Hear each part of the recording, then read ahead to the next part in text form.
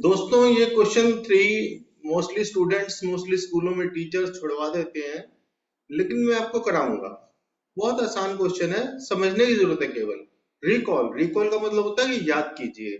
Pi is defined as the ratio of the circumference of the circle to its diameter. यानी कि जो circumference होता है circle का, वो डिवाइडेड बाय डायमीटर, ये पाई होता है। तो इसका मतलब that is pi is equal to C upon D, circumference upon diameter. तो this seems to contradict, contradict मतलब कंफ्यूजन क्रिएट करता है कि fact of pi is irrational. ये कंफ्यूजन क्रिएट करता है कि जो पाई है ये इरेशनल है। How will you resolve this contradiction? तो हम बिल्कुल सिंपल तरीके से इसको करेंगे।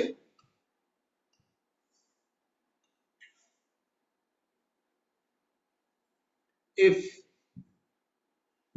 3 केसेस आते हैं यहाँ पे। पहला केस है c is equal to irrational number,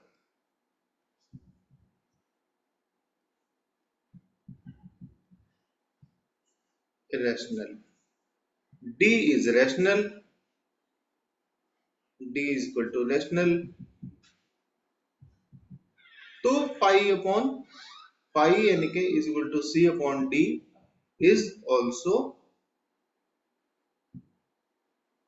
irrational. ये तो हो गया पहला केस। अब दूसरा केस क्या बनता है? दूसरा केस ये बनता है if D is irrational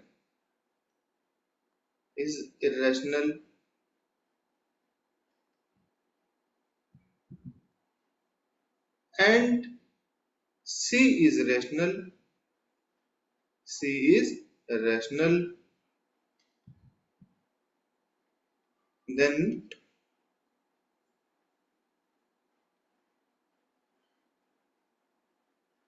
pi is irrational, क्योंकि इरेशनल नंबर और रेशनल नंबर का डिवीजन जो है वो इरेशनल होता है।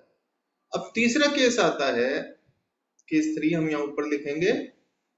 केस 3 आता है if C is rational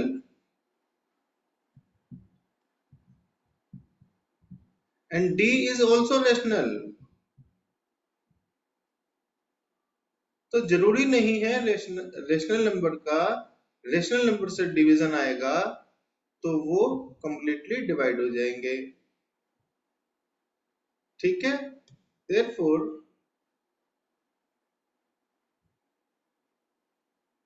this this contradicts।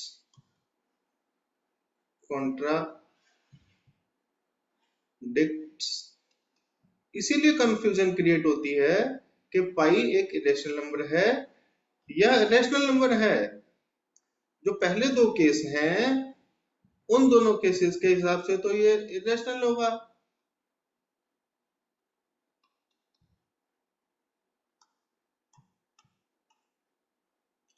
लेकिन जो तीसरा केस, ये जो थर्ड केस है, इसके हिसाब से रेशनल होगा। तो इसलिए कंफ्यूजन क्रिएट बनी रहती है, कंफ्यूजन बनी रहती है कि ये रेशनल है या इरेशनल है। ठीक है,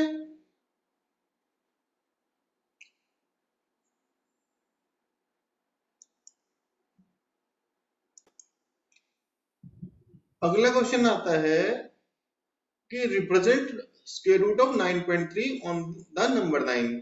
तो स्टूडेंट्स नंबर लाइन के लिए मैं एक अलग से वीडियो बनाऊंगा जिसके पूरा कॉन्सेप्ट को क्लियर हो, व्हाइट बोर्ड पे सही से बना के फिर समझाऊंगा। ठीक है, अब क्वेश्चन 5 हम करते हैं। Rationalise the denominator. डिनोमिनेटर क्या है? जो नीचे है, इसको रेशनलाइज करना है। तो इसको रेशनलाइज करने का तरीका क्या है? 1/√7 है ना यहाँ पे, तो हम क्या करेंगे, √7 से मल्टीप्लाई और डिवाइड कर देंगे। तो ये रेशनलाइज हो गया। इसका आंसर भी निकाल लेते हैं, √7/7। और ये 1/√7 माइनस √6 है, तो हम क्या करते हैं, 1/√7 माइनस √6 को मल्टीप्लाई और डिवाइड करेंगे √7 प्लस √6 से। यानी कि जो डिनोमिनेटर का बीच का साइन है उसको चेंज करके मल्टीप्लाई और डिवाइड कर देते हैं। तो ये बनेगा √7 plus root 6 upon root A minus B into A plus B, root 7 का स्क्वायर माइनस रूट 6 का square is equal to root 7 plus root 6 upon 7 minus 6। तो ये बन गया 7 माइनस 6 तो 1 होता है, डिनोमिनेटर में 1 को लिखने की जरूरत नहीं होती, तो ये हो गया रूट 7 बाय रूट 6। समझ रहे हैं ना? आप आराम से समझते रहिए, मैं आपको हर चीज समझाऊंगा, पूरा कॉन्सेप्ट क्लियर करूंगा, ठीक है। फिर उसके बाद आता है ये सेम क्वेश्चन है, तो 1 अपॉन रूट 5 प्लस रूट 2, इसको मल्टीप्लाई डिवाइड कर देंगे, रूट 5 बताओ आगे किससे करेंगे, minus root 2। Yes, very good, smart हो गए हो, सीख रहे हो धीरे धीरे। Root 5 minus root 2 upon 5 minus 2 is equal to root 5 minus root 2 upon 3, ठीक है। अब लास्ट पार्ट आता है 1 बाय रूट 7 माइनस 2, तो इसको भी हम आप कहोगे सर यहाँ तो दोनों में रूट था, यहाँ एक में नहीं है, कोई बात नहीं, जो भी बीच का साइन है उसको हम चेंज कर देंगे, चाहे प्लस का हो तो माइनस में कर देंगे, माइनस में हो तो प्लस में कर देंगे, और उससे मल्टीप्लाई और डिवाइड कर देंगे।